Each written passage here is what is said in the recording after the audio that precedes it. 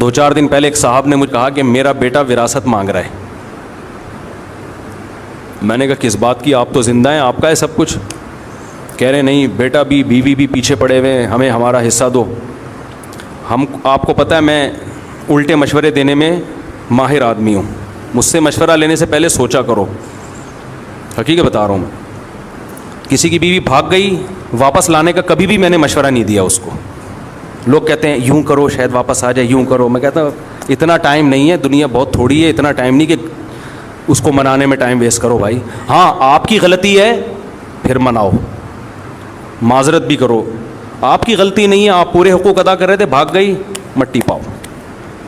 اتنا ٹائم نہیں ہے منا کے تھوڑی ہے یار, زندگی بہت تھوڑی ہے, تجربوں کی بھیٹ تھوڑی چڑھانا ہے اس کو.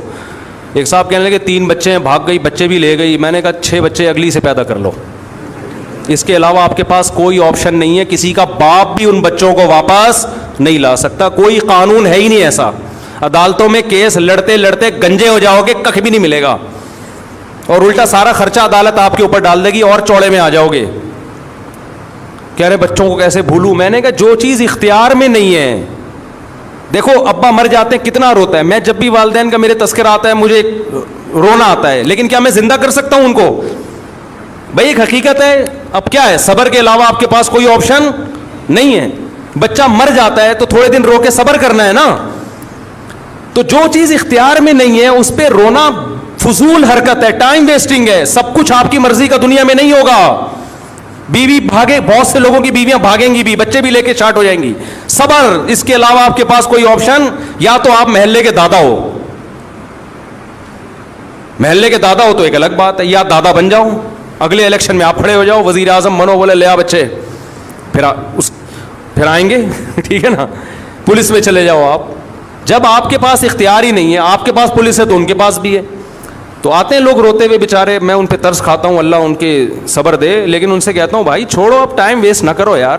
اور ویسے بھی جو, اور خاص طور پر جو غربت کی وجہ سے بھاگی ہے نا, وہ تو اس قابل نہیں ہے کہ اس کو لایا جائے. بیوی میں اور طوائف میں فرق یہ ہوتا ہے کہ طوائفہ پہ پیسے خرچ کرو تو خوش رہتی ہے, بیوی پیسے خرچ کرو تو بھی خوش, اور اگر آپ غریب ہو گئے تو بھی غم میں آپ کا ساتھ. اس کو شریک حیات اس لیے تو کہتے ہیں, زندگی کی ساتھی ہے, خوشی غم میں آپ کا ساتھ دے گی.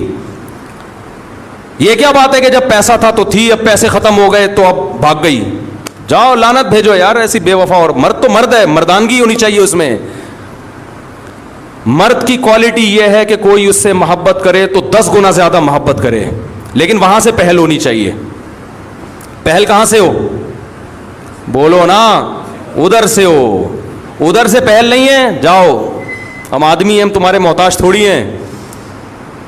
اللہ تعالیٰ کا جو اصول ہے نا کہ اللہ کہتے ہیں پہلے تم محبت کرو پھر میں محبت کروں گا. تم ایک بالش آؤ گے تو میں چل کر آؤں گا, تم چل کر آؤ گے تو میں دوڑ کر آؤں گا. آنا پہل تم نے کرنی ہے, میں نہیں گھسیٹ کے لاؤں گا تمہیں, کیونکہ وہ غیرت والا ہے. کیا کہ تم میرے محتاج ہو, میں تھوڑی ہوں. تو ہم الٹے مشورے دینے میں ماہر ہیں. عورتوں کو بھی اسے ٹیڑے ویڑے مشورے دیتا ہوں. عورتیں کہتی ہیں شوہر نان نفقہ نہیں اٹھا رہا, ایک دھیلا نہیں دیتا, محبت کی باتیں بہت کرتا ہے. میں نے کہا لعنت بھیجو ایسی محبت پہ. بھئی کیا کرنا ہے ایسی محبت کا؟ ایک خاتون نے کہا میرا شوہر میرے ساتھ بہت سینسیئر ہے. میں نے کہا شاید روزانہ پیزے کھلاتا ہوگا, کہ نہیں خرچہ ایک پائی نہیں دیتا. وہ باتیں کر کر کے نا اس کو رام کیا ہوا تھا اس نے بیوقوف عورت تھی بیچاری.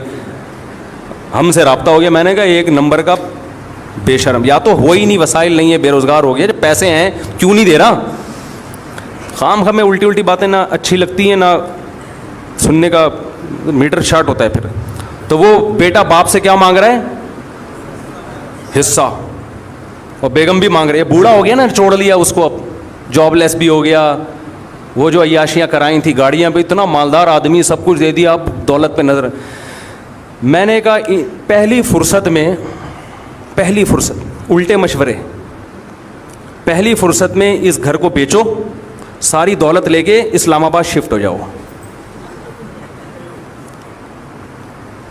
صحیح ہے نا؟